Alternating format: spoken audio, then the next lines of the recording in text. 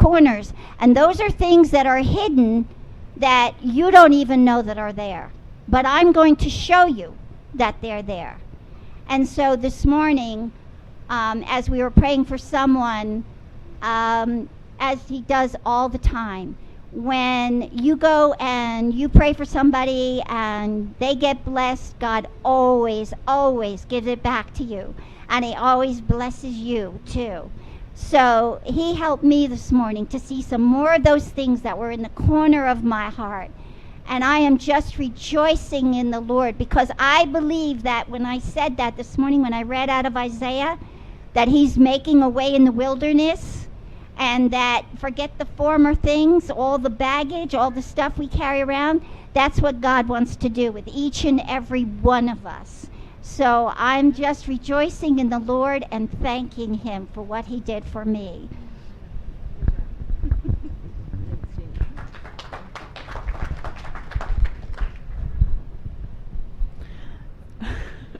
I'm not even sure where to start. I'm Amanda Metzler. I know a lot of you guys don't really know me. Coming into this weekend, I actually, I told Lexi told me about it. I told her I was coming, but deep down inside, like, I really just didn't want to. And so, but I'm here. The past too long, I've felt very discouraged, very depressed, very worthless. And coming here, which I know was all God, definitely all God, he kept working through each of you guys. All the words you guys said to me, even up here, even if you guys didn't know it. But yeah, what's today? Saturday? They're all combining now. Friday. Yeah, Thursday. Thursday night, I actually surrendered my life over to him, gave him my all.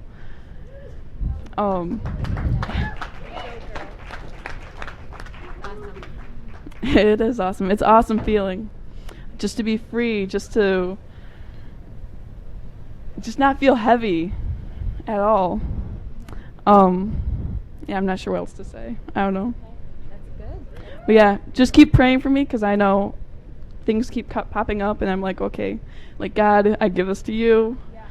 And so, yeah, just keep praying for me. Yeah. That's good. Thank you, Amanda. Okay. Did Dawn make it back then? Or no? Okay.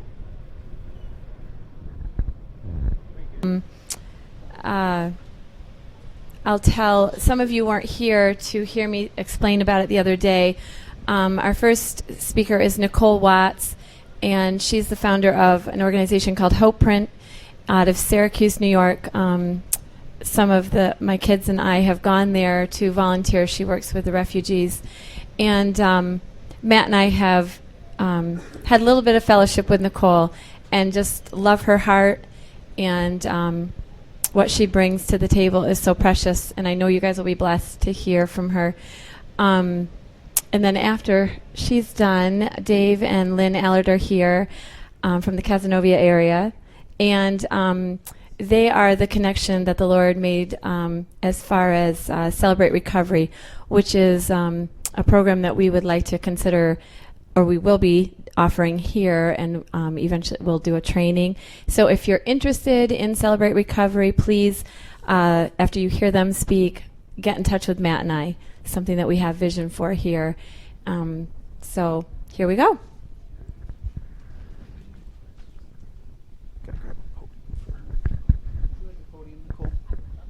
Thank you very much.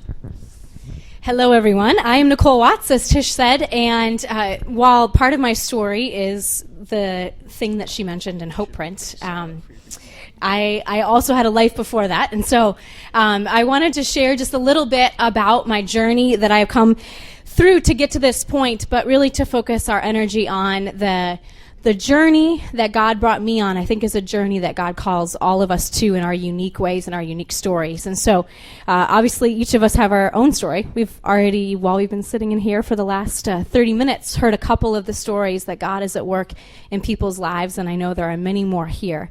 And yet as a people, we are called towards a kingdom life. You know, as August was just singing that song, we all declared, I could hear almost every voice in the room saying, let your kingdom come. We want to see your kingdom where? Here, right? And we're setting our eyes on this kingdom here. But I don't know about you, but I have had a skewed theology growing up on what in the world that meant. I grew up in a world where I want your kingdom to come here looked a lot like church every day of the week, where we prayed and we read our Bible and we did our devotions and we knew all these certain names and we read these certain books and we did these certain things.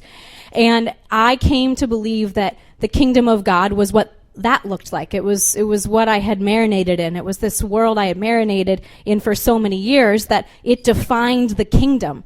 And what happened 7 years ago in my life shook up my world forever because it completely redefined what the kingdom of God looked like. And so that is the world that now I want us together to venture into and to be reminded of what it really looks like for us to follow Jesus into places where our faith is without borders and where our love is without borders. And so if I may, I just want to pray over this next time with us together.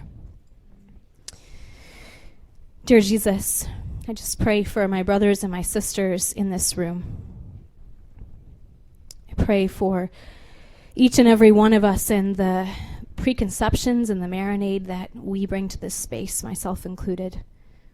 For the lies that the enemy has so craftily planted in our worlds, that we have come to believe are your truth, that you would give us eyes to see them, that you would root them out by your Spirit, and that your truth would be what resonates, whether truth is what comes out of my mouth, and I pray that it would, that you would give me wisdom in that, but that all that would stick would be what is of you, and that your Spirit would be at work in each one of our lives to speak to us uniquely the things that you are calling us to.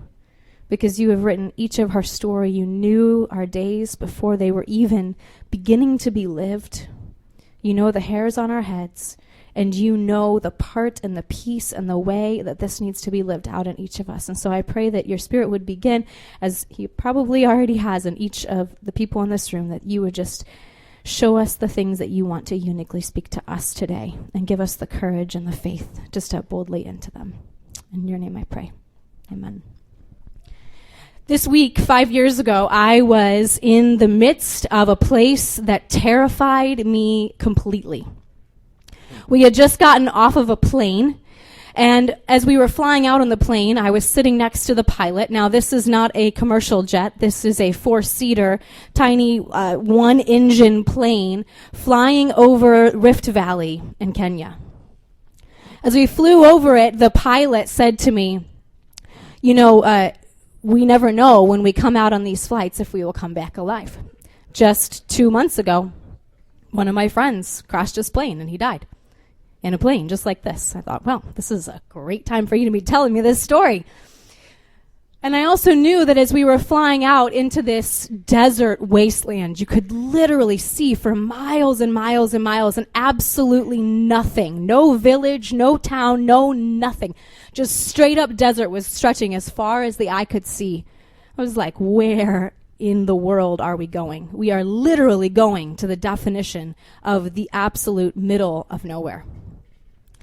And as I was flying in this plane, I also knew where I was going, and I knew the situation that was on the ground.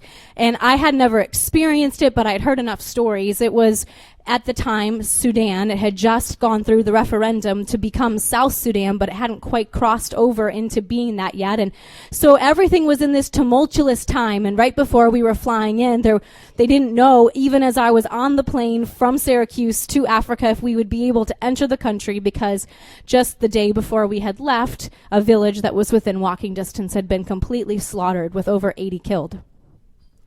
And so they weren't sure if that was going to make sense to bring these Americans into this tumultuous zone. And so we waited and waited, and then we got the green light. We got on the plane, and here we are flying over the middle of nowhere.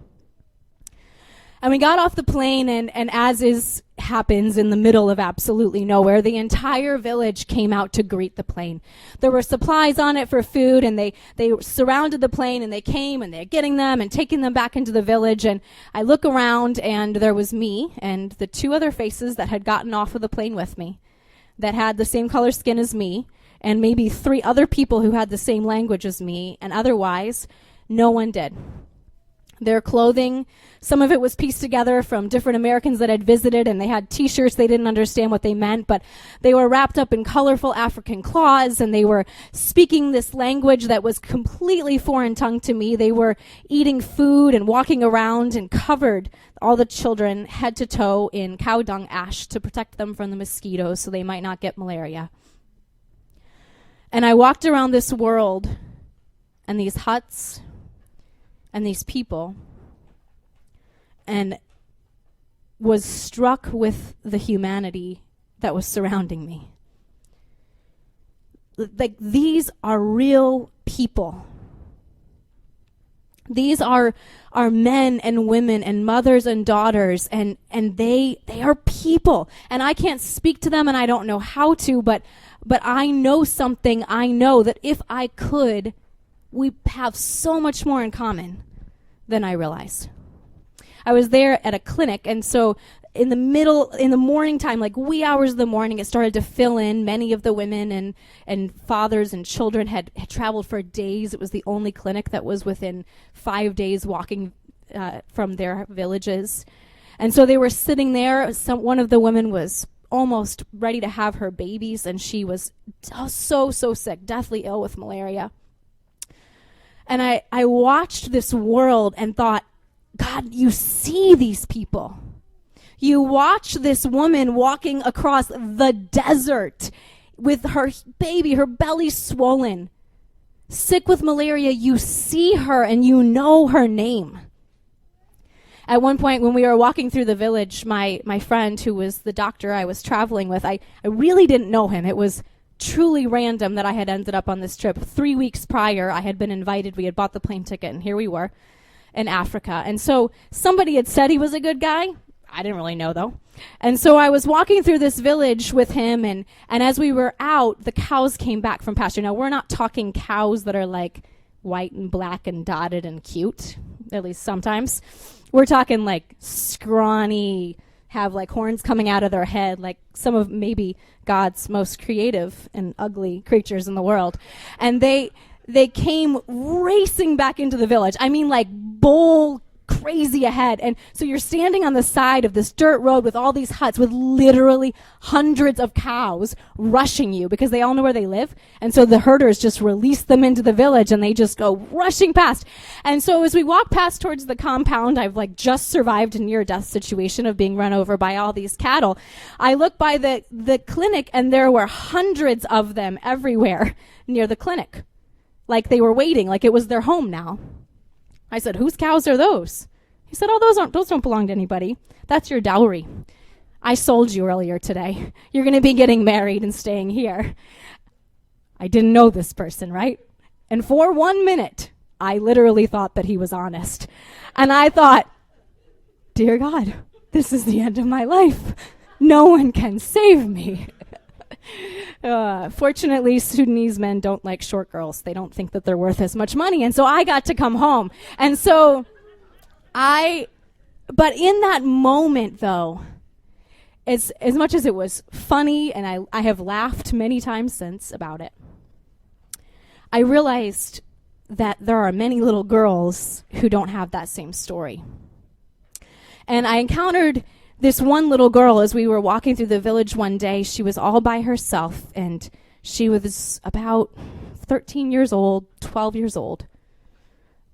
And someone told me that she was betrothed to be married as the 7th wife of one of the men. And I thought, who's watching out for her? Who's going to pick her up on the plane and take her out of here? Who is caring for and loving this little girl. And, I think that the heart of God, when he looks down in these places, these what many people will call God-forsaken places, they say God, it has a name, that name for a reason. God has forsaken this place. These people are completely dependent on the UN. Right after we were gone, within a year, the war came through, killed lots and lots of them. The rest had to flee to refugee camps, and now they live there continuously, probably never, ever able to go home. Are they really forsaken by God? And the journey that brought me to that South Sudan is the same journey that brought me to where I now live, which is a whole lot less far away, and you don't have to take a plane to get there, and you can actually just hop in your car and come down, just like the Zares do every week. And it is right in the heart of Syracuse, and yet those same people are my neighbors now. And the journey that brought me to that place, though, was just as crazy and just as scary in many ways as it was to get on that plane and to fly into the middle of South Sudan. And it was a journey that I had to have my whole world messed up for, that I had to completely see God differently than I ever had before. I grew up in a space where I believed in God. I grew up in a Christian family, and we went to church. My parents are actually stateside missionaries here in the United States, and so I grew up in the super churchy Christian God all the time world. Anybody else in here ever grow up in that world?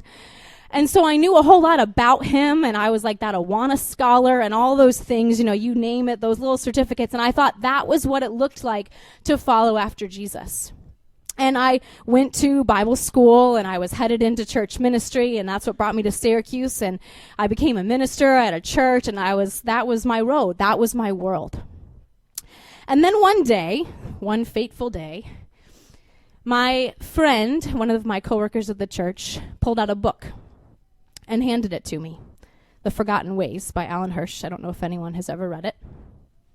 But in it, he basically took the world that I had been living by and tore it to shreds and said, that is not what it looks like to follow after Jesus. Now, I'm not saying that all those things are not following after Jesus. It was that I had come to believe that what I was doing for church, for religion, was actually faith and was actually what God was calling me to.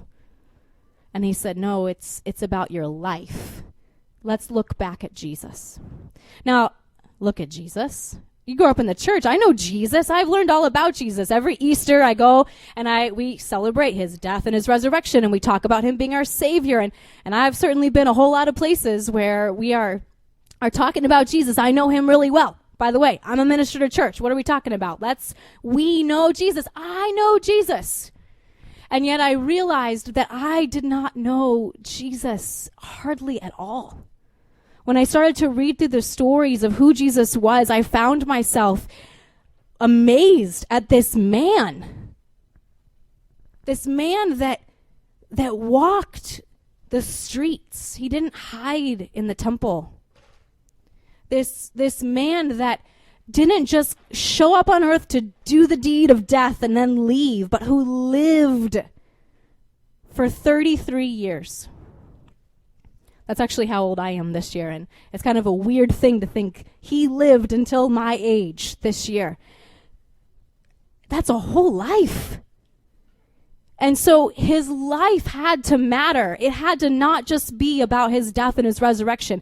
I don't know about you, but the world I grew up in, his primary name was Savior, not King. And even though we talked about his kingdom, we were far more focused on his salvation. And we completely neglected to look at so much of what the life was that God had lived. And then he taught so much about the kingdom before he actually died. And so the kingdom had to be about something more than his death and his resurrection. And so if it really was about more than his death and his resurrection, then what is this kingdom really about? And so it sent me on this journey and looking through the Bible and okay, so what happened back in the beginning and who really are humanity? And so when he says that he came to fulfill the law and the prophets. He came to bring the kingdom. He came to redeem and to restore. What is it that he's coming to redeem and to restore? And it brought me back to Genesis, and I'm going to read something that's not from Genesis. It is a creative rendition of Genesis 1 here. The Almighty sat in the splendor of his throne room. Jasper and crystal brought a brilliance to the space draped in holy splendor, reflecting the rushing waters of the river of life. Father, Redeemer, Spirit abided in the space in the mysterious ways of the divine. While their kingdom demonstrated such magnificence amidst the galaxies, their eye was drawn to the dark void, begging for their creativity to burst forth. Let us create. As designers and artists with an abundance of vision and creative energy, the air tingled at the declaration. The creatures at their feet trembled and murmured in excitement, creation time.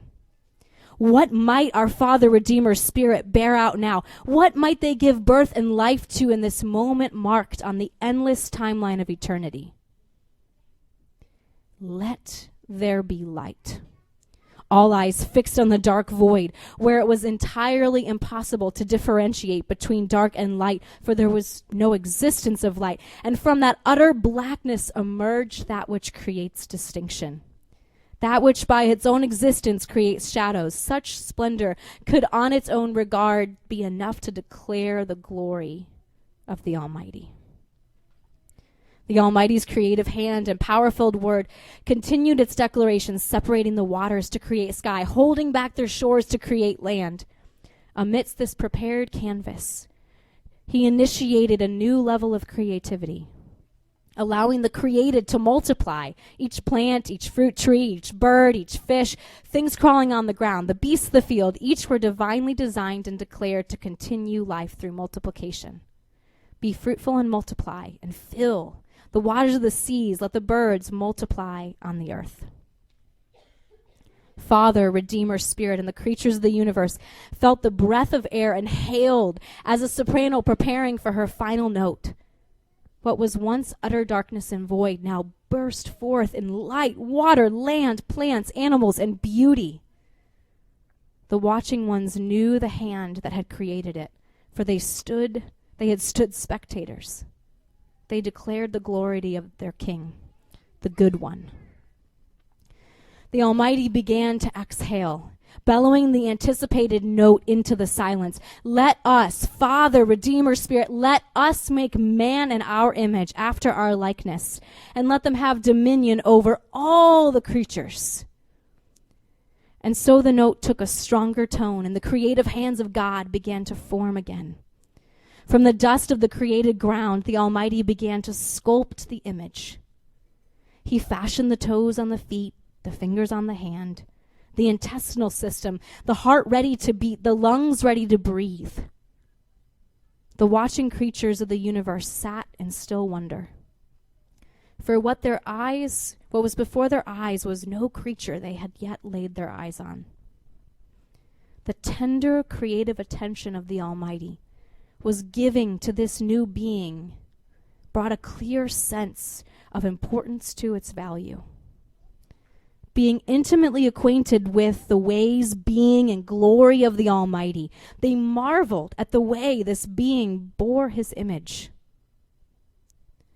As the final touches were placed, a collective wind of Almighty, Father, Redeemer, Spirit, breathed into the nostrils of the image of God and brought it to life. Man became a living creature.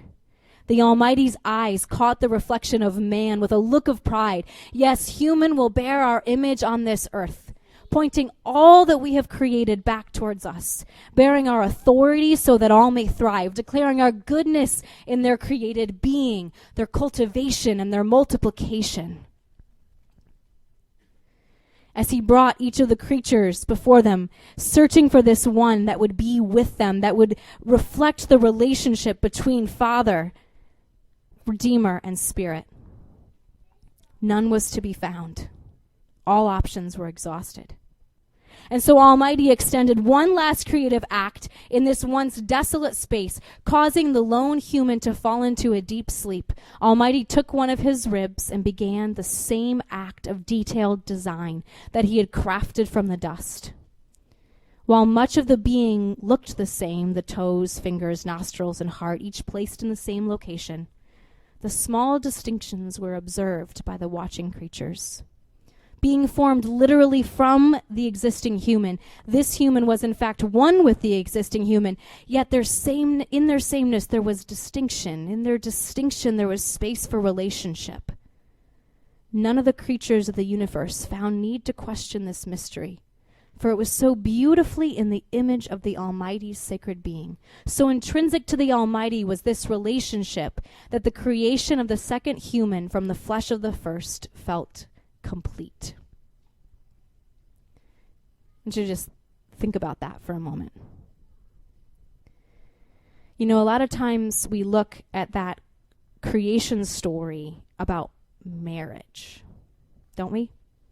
And God created for Adam a helper for him. Now, that is a marriage. It was a marriage. But as a single person and one who I'm not kind of thinking I might be single for the rest of my life because of the life that God has called me to, I've always felt a little disturbed by that creation story. God, why is it that you have chosen this life for me? It's like you're holding out on me. Because I always thought that that was what he had created. And so when I looked back at it, I saw this other beautiful, different little nuance in the story. That yes, there is marriage and there is something, and there's many teachings and many things that God has borne out of that marriage between Adam and Eve. What he actually created there was what? You can say it a little louder. He created life. I heard several of you said it, but it starts with an R. Relationship. He had created relationship. And he had not only he had not created a superior inferior relationship either. He was crafted out of the very being of the man, as if to, he didn't have to do that. He could have done it so many other ways, but he intentionally, in the same manner that we have a Trinitarian God, right? We have a God who is one and yet has distinction. Super confusing, most confusing theology ever, right? It is like the mystery of God, and he had to bear it out. In order for us to bear out his image, he had to actually bear it out in us, his image bearers. And so intrinsic to his creation of us as his image bearers, he made us as ones who were the same and yet distinct, who were in relationship and yet absolutely inextricably connected to one another. And you know, a lot of times when we look at our humanity, we think that it's like broken, right? We think of our humanity as being a broken thing, as being like an incomplete thing. And that's because our broken world has caused us to all live in a state of brokenness. But really, inside of us still indwells this image of God in all people. And so when we look at the refugees, we can oftentimes think that we are the helper. Anybody in here ever a helper? Yes? All helpers. So we like to help people. I can't tell you how many times I do an interview and I ask somebody, why do you want to work with HopePrint? And they say, I want to help people. I want to help them. And I kind of cringe a little bit, because as much as it's good to help people, we want to be helpers of people. Oftentimes in that we have a superiority, but when actuality we have been made as similar, as same, as human. And so that little girl that is walking in South Sudan, that woman who is walking the streets of my neighborhood, that man who is searching for a job, who is wrestling with PTSD after watching his friend's house explode in a bomb, those are people. And guess what, my friends? You are connected to them. Inextricably connected to them. And not just if they know Jesus. Not. May we repent of the ways that we think that our club only has members within certain borders. because our God loves all. For God so loved the world that he gave who? His only son, that whoever.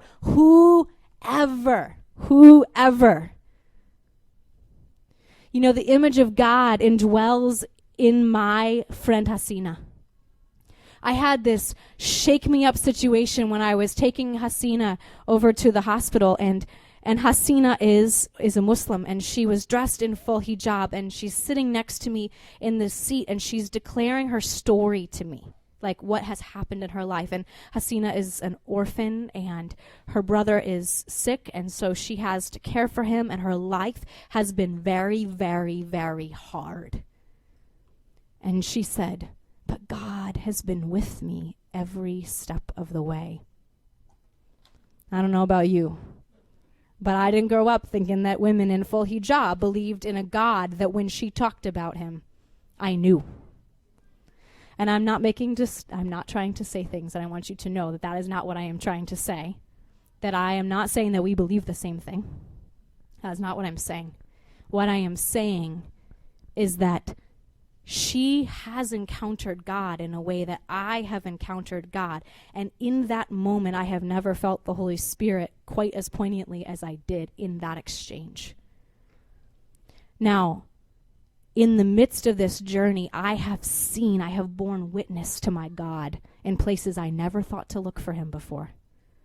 I have come to know him and come to find this relishing in the way that he's at work in the world. And so I think as we walk throughout this world, we are called to a posture that's a posture of restoration, which I would call redemption, right? That's really what restoration is, this redemption process. It's God taking what's broken. And what does redemption mean? What is redemption? Anybody know what redemption means? To buy it back. He's reclaiming what's his.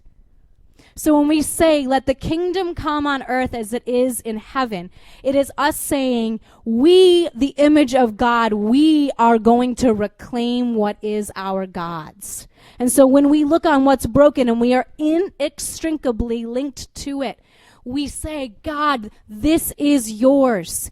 I reclaim on your behalf that you desire to redeem and to restore what is broken, not to discard and destroy it, not to have me go hide up on the hill away from this deep, horrible world until you come back and snatch us up into heaven. No, I am going to walk the streets like my Jesus did, and I am going to be present in the places where brokenness is at its darkest and people's lives are completely falling apart, and I am going to believe that you are at work in the world. I call this the posture of open arms. If you would humor me, can you open your arms for me? Right now, if I was to rush you, what would happen? I'd get right in, right? Probably hurt you a little bit because you're on the couch. I could do a little jump, right? When your arms are open, you're vulnerable, right? You can put your arms down or they're going to get tired. You're vulnerable. And you know, when we're vulnerable, a lot of times we're scared. So we're either jutting our eyes back and forth, what's going to happen to me? Or we have our eyes down like, I'm just going to make it through, right? Because we are scared. We're reigned by fear, not faith. And so we like to sing, let my faith be without borders, but we don't like to live it. And so we walk around vulnerable, but if we have faith, we also walk around watchful, believing that God has people that he wants to put into those arms as if they are in his arms, that he is at work in the world and we are joining him in it, that we aren't scared about like these things and the burden that it might bear, because it comes with burdens, friends. It comes with bed bugs. It comes with broken life. It comes with neediness. It comes with enabling people because we get this superiority complex and we grow these things, and God breaks us in the midst of us. And so it's not that it's all perfect, but we open our arms and we have battle wounds because we are redemption breathers. We are justice bringers. We are kingdom makers. And so we walk around with our open arms, and the way that we do it is in love. Now, love is a thing we like to pretend is a choice. Now, I know it's like a thing to say, love is a choice. And there are choices that we make that compel us towards love, but what is love actually? And the fruit of the Spirit is this. It's a fruit of the Spirit, right? So love is a fruit of the Spirit, and so my posture and my choice is to walk through life vulnerably and watchfully, but love is a fruit of the Spirit. And so as I'm watchful towards the original image. God, make me in your image. Then what is born out in me is love. And so I am not giving anyone what I have to offer, right? We are giving them the love that abides within us, the Spirit that abides in us. God, who is love, is bearing himself out through us. This week I had an encounter with a friend, and she had been helping us. She's also Muslim, and she had been helping us with some of the new Syrian families and other Iraqi families. And in the midst of it, she got burned. And I was talking with her this week about getting burned, and she said, it's my own fault because I tried to help them and I need to stop helping people. And now this is a huge shift for this woman, and so I just looked at her and I said, but helping people brings you so much life. I watch it in your eyes. Yeah, but it brings pain. And I thought, yeah, it does. Yeah, I've cried. Yeah, I've been burnt out. Yeah, I've got lots of scars. I'm sitting there talking to her while bed bugs from her house are biting me on the ankle, and I'm thinking, yeah, pain. But in the midst of it, when we are loving because it's born out of God, it brings life. And it was this moment when I was reminded that it's different when we follow Jesus. Because we aren't loving to help people, we are breathing redemption. And so we're not bringing life we have to offer. And that's when I get in trouble, is when I think I'm offering it. But we bring Jesus himself, because he lives within us. And so as we talk about Celebrate Recovery, and as we talk about refugees, it doesn't matter who they are us, and we are them. There is not distinction. We are human. We are the same in the eyes of our God. The distinction is just whether or not we have chosen to take this posture of accepting, reorienting towards our King and our God, who made it possible through his salvation, and then took on the task of being kingdom bringers. I want to encourage and challenge you, because we don't have time to go into it today, to look at the Beatitudes. Go back. Look at the Beatitudes. He says, he gives us a lot of instructions about who gets the kingdom. Make them your teachers. Who are the poor? Who are those who hunger and thirst? Make them your teachers, because guess what Jesus said? Theirs is the kingdom of heaven. And so those are our teachers, not our recipients. Those are people we go to learn from. And so as we posture ourselves with these open arms, God will fill them. I was just saying earlier that I always thought when I was younger that I was going to have 6 or 7 kids, like that was a thing I wanted in my life. And instead, God brought me 100. It's just that none of them are my own. Our arms, when they're open, God will fill them. And so we're going to pray right now. And Lynn and Dave, who are very special to me, and our teammates in Hope Print, and also we go to the same church, and I'm thankful to share life with them, and I know they're going to have a lot of great things to talk about who God might fill those arms with. But just like they might not be filled with refugees, they might not be filled with recovery folks, or they might be filled with both and many more. But God's story that he has written for you is unique. And so just because it's also helpful to stand up a little in the midst of a long time, I want to just ask if you would stand up, and we're going to pray one more time. And if you would humor me again, no pressure. You don't have to do this if it's uncomfortable for you. But I want you to just open your arms again, just as this visual in your heart, in your body. God, as we open our arms, God, give us that faith to believe that your Your love is not without borders.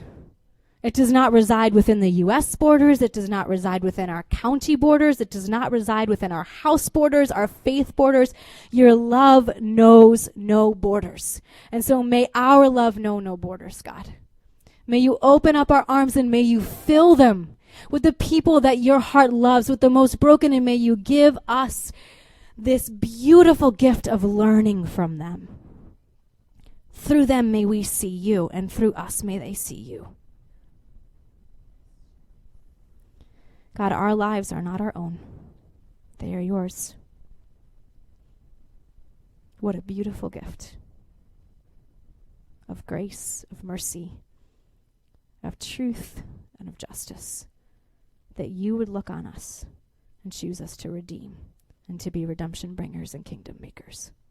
In your name I pray. Amen.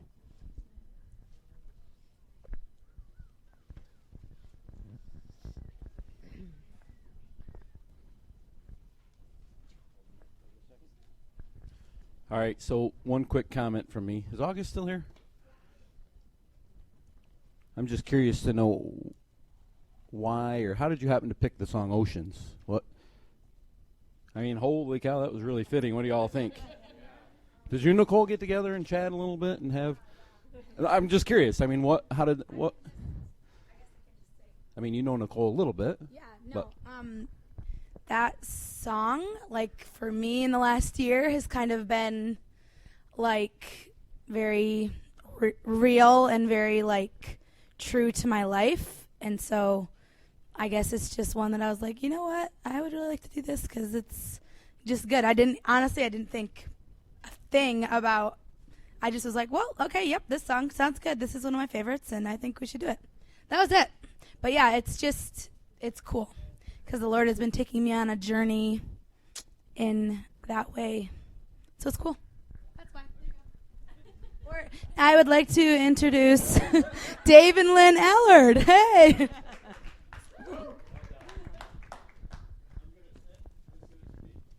Well, then he's going to speak. So thank you for inviting us here. We're excited to share. Is this on? Yeah, there we go. So again, I'm Lynn Allard. Dave and I have been leaders in our Celebrate Recovery program at our church it'll be 11 years in April. For those of you that don't know what Celebrate Recovery is, it is a Christ-centered 12-step recovery program. And so what we're going to do, I want to share a little bit about my kind of journey that'll lead into how we ended up getting involved. And then we'll kind of talk a little bit about it. And then if anybody has questions, we're happy to, if there's time to take questions. So in my past, I grew up in what I would consider a normal family, in that my father and mother loved each other. We were not believers. I have an older brother, younger sister. But we were a pretty close-knit family, mostly because my father was in the Air Force. We moved every year or every 3 years until I was in high school. And so, our family was our world. But that aspect of my life really resulted in a lot of behavior issues that happened, choices I made because of having to move so much. So every time we moved, I found myself having to kind of recreate who I was, to figure out who my friends were going to be and what I needed to do to fit in. And so I really grew up not having a clear idea who I was as a person. And I certainly didn't have, because I didn't have a faith in Jesus, I didn't have that moral compass helping me make my choices. And so, I really just led my life desperate to fit in and desperate to be loved. And so that resulted in a lot of very harmful to me and very poor choices that I made in my life. And so by the time I was 20, I was really in a very dark place, and at the same time, my father passed away suddenly of a heart attack. And it was at that point, really, of my hitting bottom, and really for our family, my mother, my sister, and my brother. We all, in our own individual ways, were at the bottom of ourselves, and we were ready to kind of reach out. And so I became a believer at that time. And as it happens, Dave, my husband, also kind of was on his own journey and became a believer at that time too. And we found ourselves in kind of a home fellowship type church situation. And one of the beautiful things that happened during this time is that God began working in us to help us to understand how the hurts of our past, the situations that we found ourselves in, had resulted in our making those poor choices, and then allowing Him to kind of redeem our minds, renew our minds, and to kind of heal from those things. And that really was a very similar process to what recovery is. It just wasn't that, formal recovery process. So then, kind of in my story, I'm going to fast forward now 30 years. We had changed churches and were attending Eastern Hills, where we now attend. And shortly after, a few months after we had started attending there, our pastor began teaching on a series called Life's Healing Choices that really was talking about the process of recovery.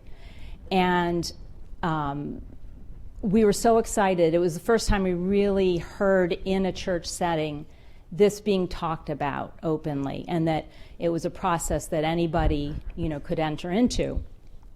And so they were, calling out for leaders to get involved. And so Dave and I kind of went to the meetings, and after the first meeting, training session, we went up to the leaders that were leading it and said, I don't know if this is appropriate for us because we don't have any background in addiction or abuse.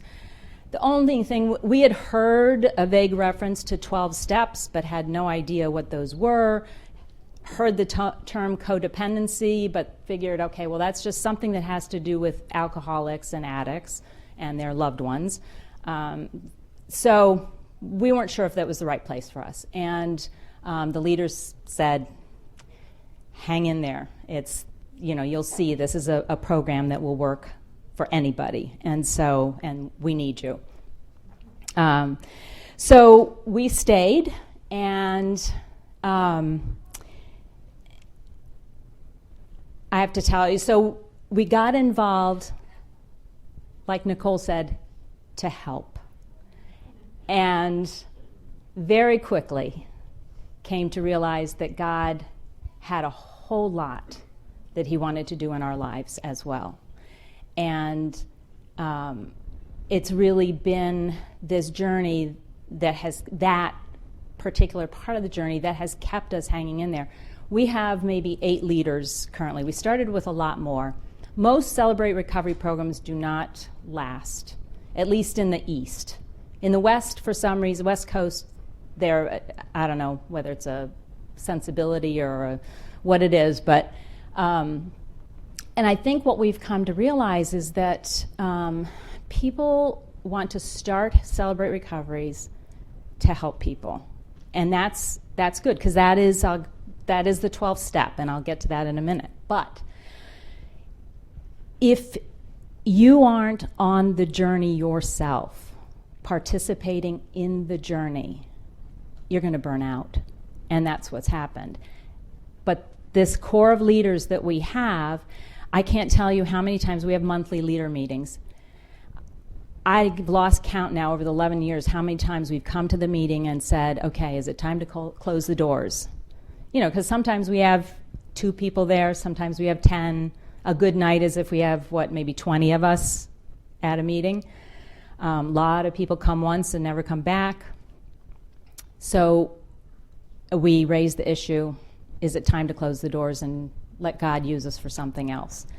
And we go around the room, and I'm fully expecting everybody to say, yep, let's pack it in. And we start talking about what God is doing in our life through it. And so by the end of the meeting, it's like, all right, we're here another month. And so that's been 11 years. So, so as we've stayed involved, what we've come to realize about recovery, for us at least, recovery is not a program. It's not something that there's a beginning and an end, but it is a lifestyle. It's a way of living, and it's a way of kind of using these tools to bring about change. We all have areas in our life where we get stuck, things, habits that we have, ways of thinking about ourselves or other people, our spouses, and recovery really gives you the tools to kind of work through those things. And that's why we've hung in there so long. So in a minute, Dave's going to kind of talk about some of the aspects of, what an evening at Celebrate Recovery looks like. But what I wanted to do is just share with you the 12 steps. Now, I'm not going to actually even read the steps, but I want to kind of give you an outline of how these steps work in someone's life and bring about change. So they're really broken. The 12 steps are broken down into kind of 3 categories. The first 3 steps can easily be described as I can't, he can, I'm going to let him. So in step 1, we admit that we're unable to control people, places, and things in our life, that something is out of control. Now, as I go through this, I want you to understand that this process happens for somebody who's addicted to alcohol or drugs, but it's also these little areas in our life where for instance, when Dave says something, I always hear it a certain way. And so I have to kind of look at that and recognize so it's in issues like that these steps apply. So the first one is that recognizing I'm unable to make this change in my life. The step 2 is where we discover that God is there and able. And finally, with step 3, we get to the point where we want to turn our will over. And so whether or not everybody here has made that step in their life to turn their will and life over to God's care and control. But there is still a turning over that has to happen every day, every moment, in different situations. So those first 3 steps really bring you into a right relationship with God. So then steps 4 through 9 are often called the cleanup steps, where we kind of analyze our past relationships, seek forgiveness, and offer forgiveness, make amends. And so those steps are kind of the getting right with others. So we've gotten right with God. Now we're going to work to get right with others. So in step 4, we take a personal inventory, and that's where if you're going through this process for the first time, you're going to sit down. It's a pretty intense process, but you're really going to map out from your earliest memory those people and situations that have caused you harm in the past. And then in working the inventory, you're going to kind of see how that's affected your life, and then ultimately those hurts translate into us hurting. It's hurting people hurt others. And so it's kind of mapping that all out. You're doing this with somebody, but that's kind of the inventory. And through that process of that inventory, you come to discover that there are character defects. So as an example, it was my 3rd time going through this process, and I had learned a lot about myself. I had been a leader in Celebrate Recovery for a long time, and I struggled with worry. especially for my kids. And I have to say, I have two really great kids, but I just was so worried for them, and I would look at stuff about it, hand it up, think I was good, and in would creep the worry. And so at one point I mentioned to one of the leaders, I said, I don't get it. I am doing all the stuff. It just won't let go. And he said, Lynn, you just probably have not you haven't uncovered the character defect, the thing that's at the source of all of that. Sure enough, it was like probably a good year later that through walking through breast cancer, actually, I came to realize that there was an area of broken trust that in my life concerning God. I mean, I trusted him implicitly, completely up here, but there was this area that was broken. And that was the kind of character defect that eventually was uncovered. This process, by the way, is pretty slow. It's not an easy fix, and that's why it's a lifestyle. So it's so you discover the character defects, and then step 6 is being ready for God to remove them. And then step 7 is asking God to remove them. You think, man, that's 3 whole steps just dealing with character defects. Well, understanding something is one thing. Being ready is very different than doing. I can be really ready to jump off the high dive. It's a whole different thing jumping off that diving board. So that's step 7 is finally getting to that point of saying, God, take this from me. And then step 8 is making a list of all those we've harmed. So after we've done all this work, we recognize that not only have we been hurt, but there are others, there are people that we've harmed, and we need to kind of make amends for that. And then step 9 is making those amends and offering forgiveness wherever possible. So that's the kind of getting right with others. We've gotten right with God, we've gotten right with others. And then steps 10 through 12 are often referred to as the maintenance steps. And so this is where we begin kind of walking and living in recovery. And so step 10 is taking a daily personal inventory and making amends. So once we've done this in a big way, we learn how to live that. So every day, it's just being aware of what is going on in my life. It's really helpful that I said if I wasn't a leader and wasn't forced to go to a meeting every week, I probably would stop doing this. Because I go there knowing that I have to be vulnerable and honest with what's going on. And so it just puts me in a place where I can process my life. I do it so often in my relationship. Dave and I are now retired, so we are both at home together. It's the first time in 38 years of marriage that we see each other this much. Never before in the history of our marriage were we together this much. That's a challenge, by the way. I am so grateful for this program because when I'm frustrated with things, not only I'm looking at my go-to response is, okay, what is it in him that needs to change? This has got to change. But thank God, Celebrate Recovery has helped me realize, okay, what is it in me that wants him to change? And where is the right balance in this? So that daily kind of working the program on a daily basis. The 11th step, so important, is a daily meditation and prayer seeking God. So that's what's wonderful about this program as well, is that it's really acknowledging that Jesus Christ is the higher power, and it's relying on him to do the work. Dave will get to this as well, but it's an important thing to reiterate. This program is not about us fixing other people.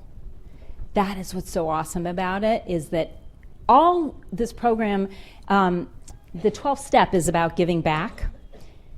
Giving back in recovery means making yourself available, just showing up.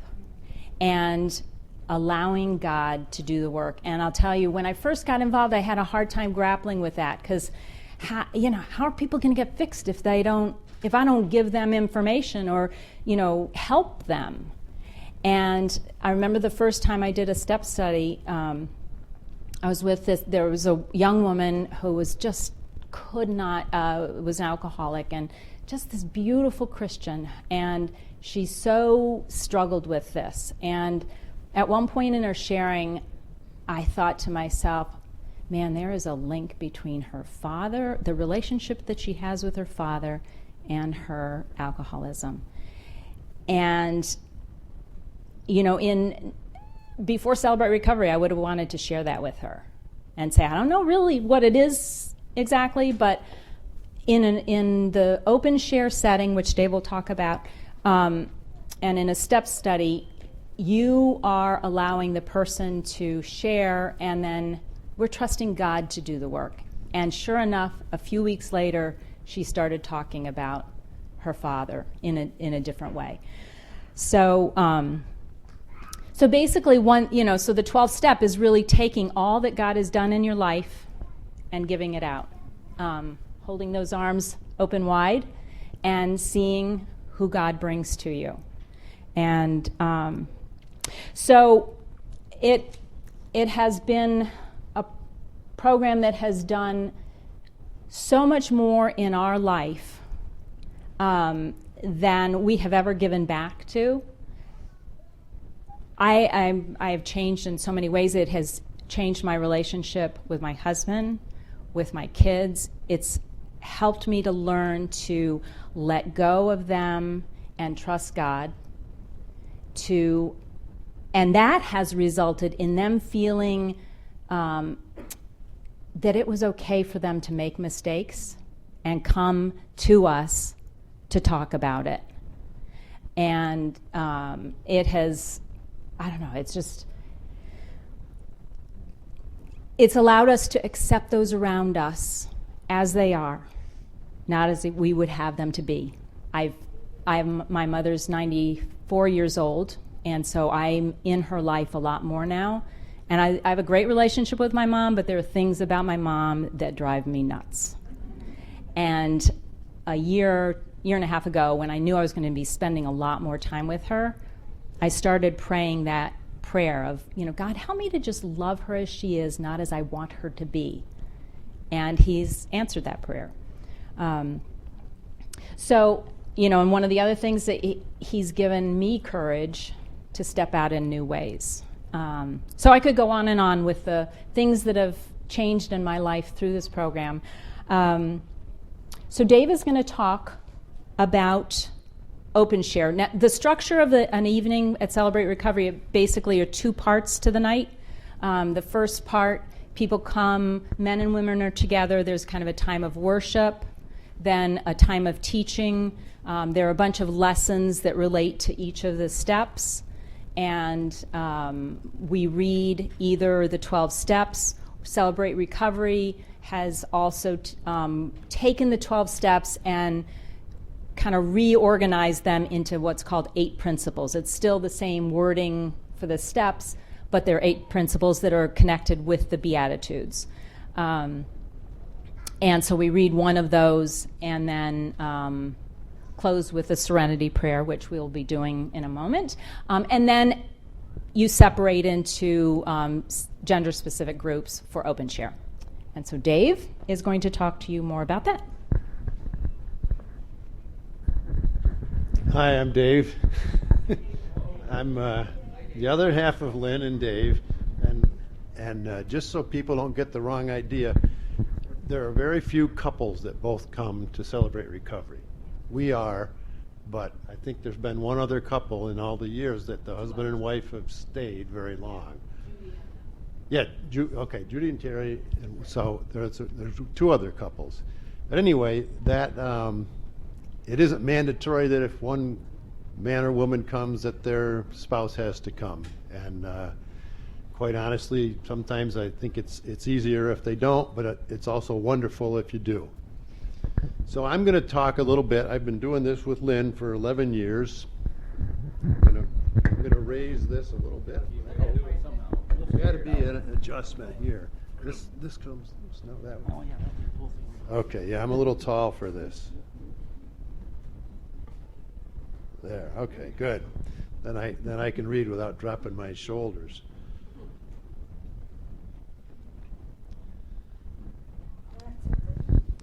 Nah, it's okay. Thanks. Anyway,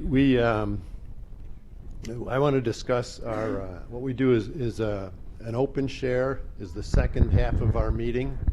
On a typical, we meet on Thursdays. It doesn't matter, whatever night or day is comfortable for people in your community. That's the day that you choose. The open share group is an opportunity for people to share their own thoughts and feelings about their situation. And they're set up so that you have a group of men in one room and a group of women in another. You try to get their rooms far enough apart so you won't hear each other and the sound won't bother anybody. But we had met for a while with men and women together, but it really works much better to have men in one group and women in another for reasons that you might be comfortable talking about something without your wife there or your spouse or your sister's good friend or whatever. So that's how that works. As at different times over the years, as we've gotten bigger, we have a group for people who are chemical dependent and a group for people who are not. Right for the last 8 years, we've not had that because we really only have maybe between 4 and a dozen people, of male or female, that are there on a given night. So we tend to just go with the one group. And what happens is you'll find it that most of us, the circumstances that have gotten us into recovery, have similar roots. You have a brother who's alcoholic and a brother who's workaholic or very control-oriented. They both had the same parents, they went to the same schools, had the same teachers in school, they had the same aunts and uncles and all that. They have a different difficulty as an adult. But a lot of times it stems from the same difficulties that they encountered as children. It's just that the symptom comes out in one person in one way and it comes out in another person in another way. And you don't notice that at first, but after a while, being in the groups, you'll see that. We have small group guidelines, which I'd like to go over because these guidelines really help us to keep the room safe, keep the circumstance safe, and I'll explain them as I go along.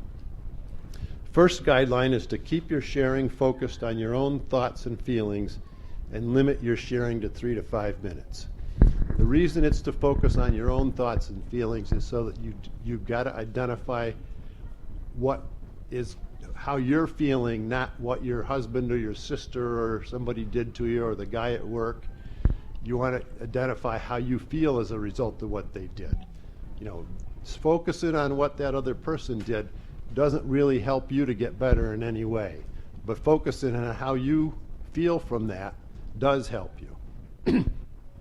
The 3 to 5 minutes deal, nowhere else in your life probably is there somewhere that you're going to get 3 to 5 minutes to talk to a group of people or 1 or 2 people out loud, say what you want, and have nobody ask you a question, nobody interrupt you, nobody say, yeah, I get it, There's none of that. You just sit in silence and wait. And when somebody's done, they'll say, that's me, I'm Dave, I'm all set now. And, and then you can say, thanks, Dave, or whatever. But you don't have to, if somebody starts to cry, you don't give them a tissue. You don't tell them that, yeah, that's great what you shared. And that's hard to grasp sometimes because somebody's really emotionally invested in what they're doing. But when you say to Dave, that's great what you shared, that's really nice. That helps Dave. And then Lynn shares, and nobody says anything to her. So that kind of crushes Lynn. So it's an odd process, but you really don't give any feedback in that open share room. It's not designed for feedback.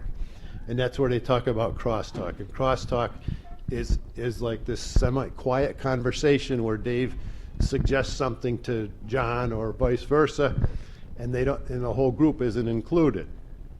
And that is a thing that it's done that way so that you don't have people feel excluded. A lot of people who are in recovery and a lot of people who aren't in recovery have felt excluded from groups most of their life. So if we open up a setting that's supposed to help them and then they feel excluded in that close, intimate setting, you didn't help them that night. You know, you kind of reminded them of, yeah, geez, you know, there it is again. You know, my sister never would let me talk when we were 12, and now she won't anymore either. The important part that Lynn talked about is we're not here to fix one another. We're here to support one another. And Dave Allard has some good ideas, obviously, after 20 years of listening to people and so on. But he doesn't know. God knows what's in somebody's heart, and God knows what went on in their past. If you're going to do this process, you're really trusting God to make a change in somebody's life.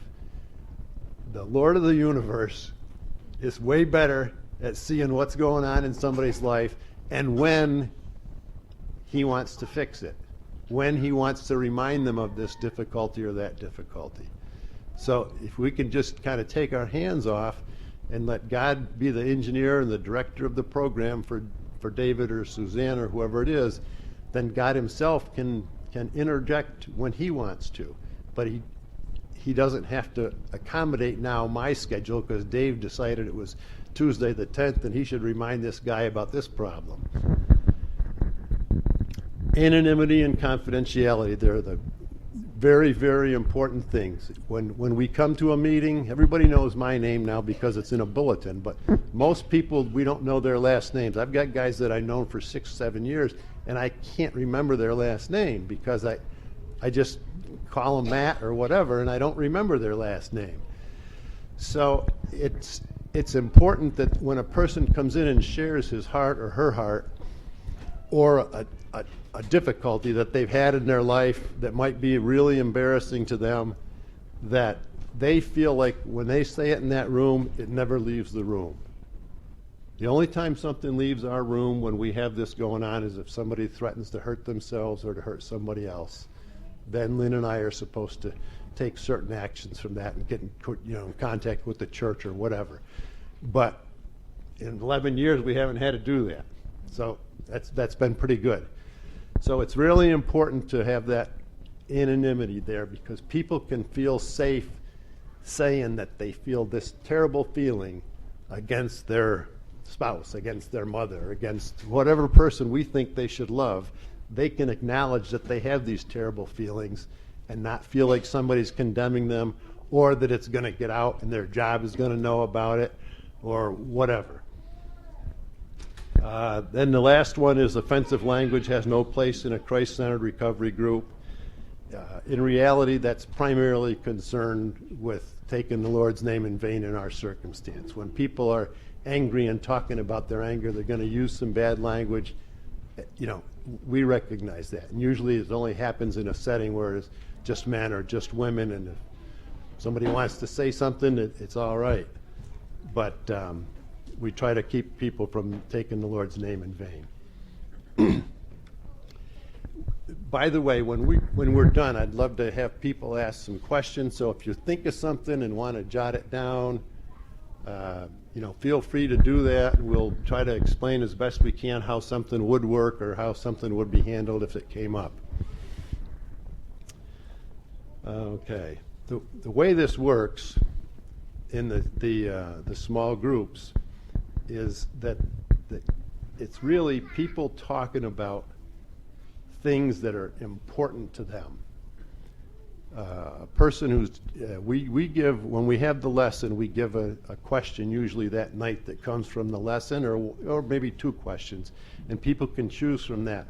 But we always tell people if those questions are not something that's pertinent to you right at this time, and you've got a hot issue in your life, something just went on, 2 days ago with your spouse or children or the principal of the school or the boss at work, feel free to talk about that instead. This isn't a program. It's supposed to be there. The questions are supposed to be there to help you talk about something if you don't have anything. But if there's something that's really, kind of climbing up in your throat, everybody should feel free to talk about that at that time. We tend to go around in a circle, so if one person speaks, then maybe the person next to them and so on. But we also, people can pass if that's a night when they don't have anything or they're very stressed out and they just don't want to talk that night, they can just say, I'll pass tonight. Usually what goes on, where the help comes from in this, is not just me being able to talk about my difficulty, but the fact that when John talks about his difficulty, it often or may remind me that, my uncle was so-and-so, and when I was a kid, this or that went on. And some of those things you don't think of on yourself. All of us don't have, memories that go back to every incident. But if somebody talks about something with their coach when they were a freshman on the basketball team, it may remind somebody else that, my football coach was a real jerk to me when I was 13 or 15 or whatever it was. Those things are just, they're God's way of reminding us about things in our life without us having to dig back through all the details to find them. We have a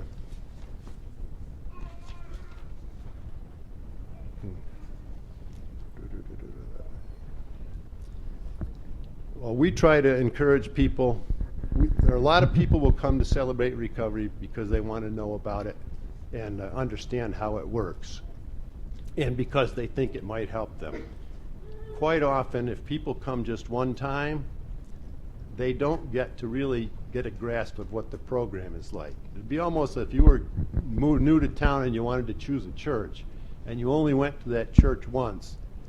The message that week might not touch you. The pastor may be gone away. The pastor may be whatever, or the message is just not interesting to you. But if you go to that church half a dozen times, then you get a better sense of what the church is really like. Gee, I didn't realize those people came here. Well, the week you were here, they were gone away to visit somebody. So that's what we encourage with this recovery, is to come 4, 5, 6 times. Usually we ask for 5 or 6 times so that you get more of a sense of what it's like over a period of time, because one meeting isn't necessarily typical, especially with the open share. You may have somebody with a situation that you can't relate to at all at the open share the night you're there. And then the next 5 meetings, there would be you would relate to everything. So it's just very hard to predict what's going to be there, and it's not a controlled format. God brings what he wants that night. So if you only go one time, you got a good chance of missing out on what you should see. Let's see. The focus question is usually just a question that we have that comes related to the lesson that's just been taught or the testimony somebody just made. We do testimonies with videos, and sometimes we do live testimonies. The next thing about the open shares, or actually the meetings themselves, is this program is set up to benefit people every night, but it's not set up so that you can't miss a few weeks here and there. We all have, family things, sports for kids, bowling league, whatever that's going to cause us to miss. So if you've got something that's important and you need to be there 3 out of 4 weeks or 2 out of 3, that's, those are the decisions you have to make. I think it's good to be there pretty much all the time, but there's a lot of times when I'm not there too, because I have family and I have other things that I like to do. There's also something that we do that's called not open share, the step studies. The step study is something that's more in depth and more personal, and it requires you to spend a little more time at home or somewhere looking at your own stuff. We don't encourage anybody to do a step study until they've been coming 5 or 6 months. because we really want them to get comfortable with the whole idea of recovery, and so they're starting to feel like, okay, I know what this is like, I can deal with this, or I'm glad I'm here. And then we try to offer a step study, but a step study takes anywhere from a year to maybe 2 years to complete. There's 26 lessons in the books, I think. So that we have what they call step study guides, and there's 12 steps, and of those 12 steps are broken down into 26 lessons. These books have a lesson that the person who's involved in a step study would want to read at home and try to answer the questions on their own at home. And then they bring those answers in, and our men do it on a Saturday. But whoever is coordinating a group can change the date, as long as it meets the needs of all the people that are attending it. And so people bring in their answers, and we go over the questions and the lesson together, and then we try to share our answers. Some answers that you will have written down, you don't want to share with anybody. That's okay. You don't have to share them. It's important that you see them and that you remember how they affected you, more so than it's important that some other person hears it. There's a value in sharing and a value in talking out loud about things, but some people aren't ready to do that, and they may be ready on 95 things and they're not ready on that 96th thing. Then don't worry about that. Put it aside. We usually try to set up our step study so we have 5 or 6 people in the group when you start, because quite often, a guy's job will change, something changes in their circumstances, their daughter gets in a play, they got to drive them to play practice 10 weeks in a row on Tuesday night. There's things that's out of their control sometimes, or they just, quite honestly, a lot of times people get to step 4 where they do a personal inventory, and it's emotional. It's difficult to do, and they stop coming at that point. So, but if you've got 5 or 6 people and 1 or 2 of them stop coming, you still got enough to have a healthy group. But if you start with 4, somebody stops coming, it really starts to get tighter, and you start to cancel meetings because one guy is away. Whereas if there were 5 people and one guy was away, you would just have the meeting anyway.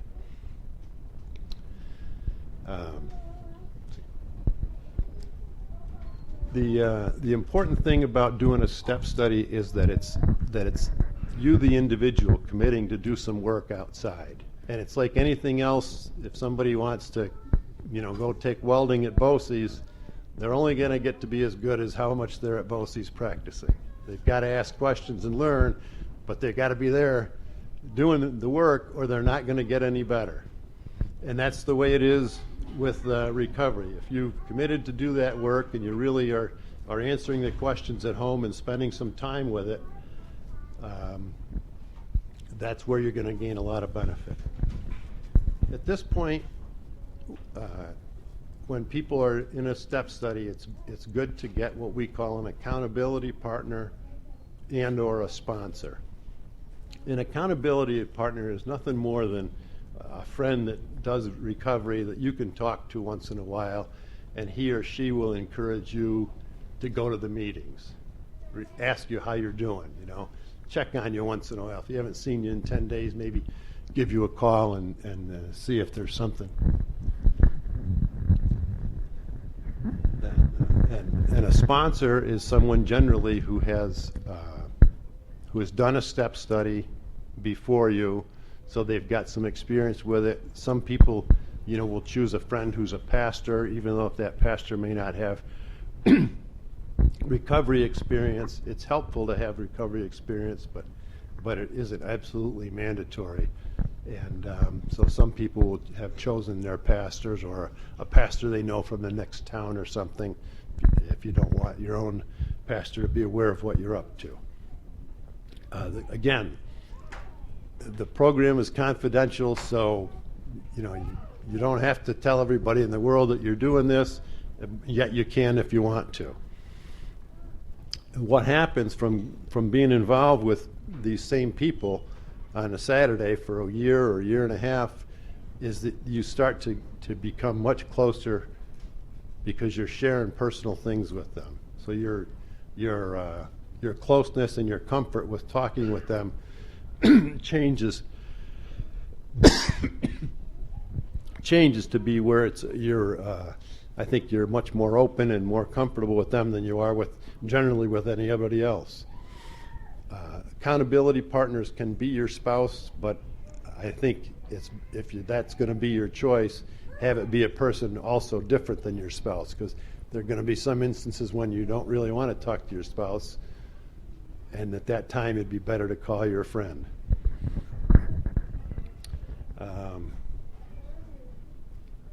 People who do step studies often will come back and do one again. It's something that you get a great comfort level, and you realize how much it's helped you, and you basically develop a desire to come back. I've been doing a step study with one guy like 7.5 years now. So, and we take a week or two or a month off between when we finish one before we start another one, but then we go right back at it again. And for the first few times, we say to people, do you want to do a step study, or you want to just do an open share and then meet on Saturday anyway?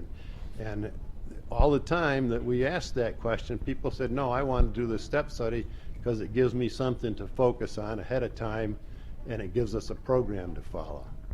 So there's something that people do and enjoy it a lot. Now, if you get a chance, you'll see these workbooks, and it's possible to do these workbooks alone, but the reality is that you really need to be sharing your information with somebody else and hearing other people's things so that you get the input from other people. Before we close, I just wanted to, does anybody have any questions? I know that's a lot of information at this point, but no? All right. We are going to close, as we close every meeting, with the Serenity Prayer, and Dave is going to read it for us. And some of you may be familiar with the Serenity Prayer, Celebrate Recovery. There's a short prayer that recovery groups use. Celebrate Recovery uses the whole prayer. And we really wanted to share, this prayer is a living prayer for us. As the Lord's Prayer is a kind of a map for us to live, the Serenity Prayer also is what God wants to do in our lives, and it has been very meaningful for us. And I can't tell you how many times we refer to it in our lives, little pieces of it. Dave is going to read that for us, and then Nicole is going to come up for a minute. So if you would bow your heads and just listen. God, grant me the serenity to accept the things I cannot change, the courage to change the things I can, and the wisdom to know the difference. Living one day at a time, enjoying one moment at a time, accepting hardship as a pathway to peace, taking as Jesus did this sinful world as it is, not as I would have it, trusting that you will make all things right if I surrender to your will, so that I may be reasonably happy in this life and supremely happy with you forever in the next. Amen. Well, we've got about 1 more hour until dinner, but don't worry, we're not going to use that entire hour. Just want to take about 10-15 minutes to just allow God to kind of do the work that he does when we're not talking heads up here, and just spend some time in prayer together. And I want you to we're going to start with some time of personal reflection. We had our arms open earlier, and Dave and Lynn talked about people that God has put in their life, and I mentioned briefly the refugees that God has put in my life, and you know who God has put into your life. And I want to challenge you towards a couple of things as we spend this time in personal prayer, and then we're going to break into small groups and spend some time in prayer together.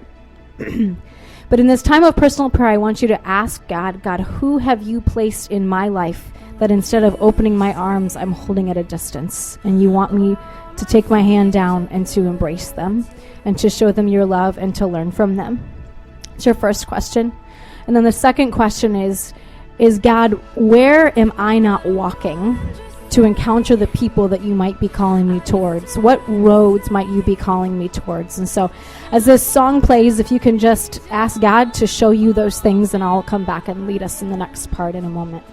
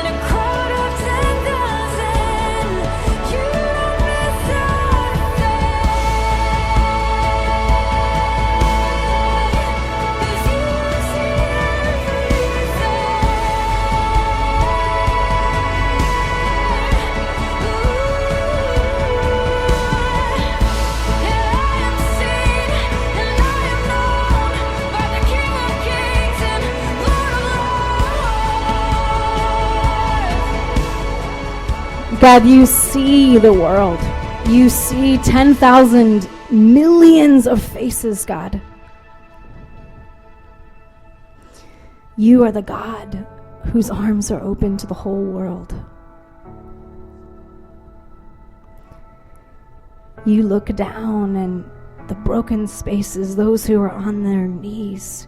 You see those who are sitting before ISIS before they are beheaded. You see the weeping woman who's 13 years old and being married to a man as a seventh wife. You see the refugees that are loading onto those boats, God, and going across treacherous waters, risking their children's lives so that they might find freedom, God. You see the woman that lives down the street from us. You see that man who is questioning whether he wants to live tomorrow or not. You see teenagers, you see children, you see the unborn.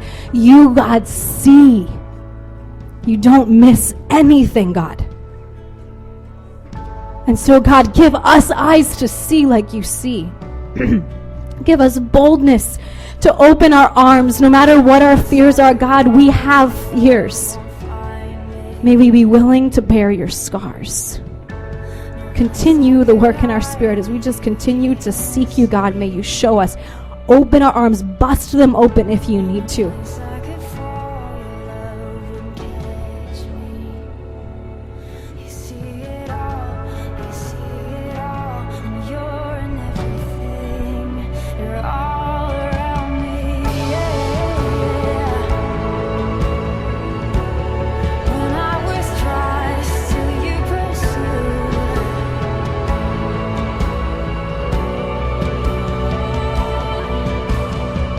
There's no place I can go.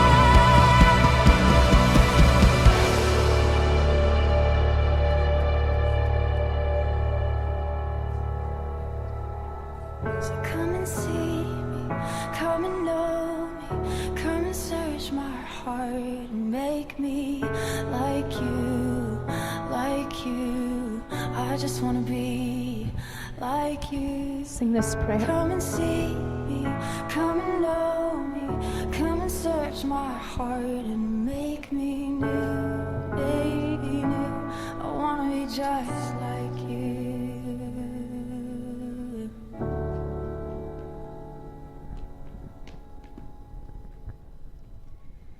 As we look in the corners of our hearts, as we look in those shadowy places, in the secrets that we're afraid to share with others, in the recovery that we need to do, in the places and the burdens that we still carry, in the marinade that still saturates us, that is filled with lies, you see us, God. And as we are first known by you and redeemed by you, then you have given us this precious gift to not just be healed, but to be healers.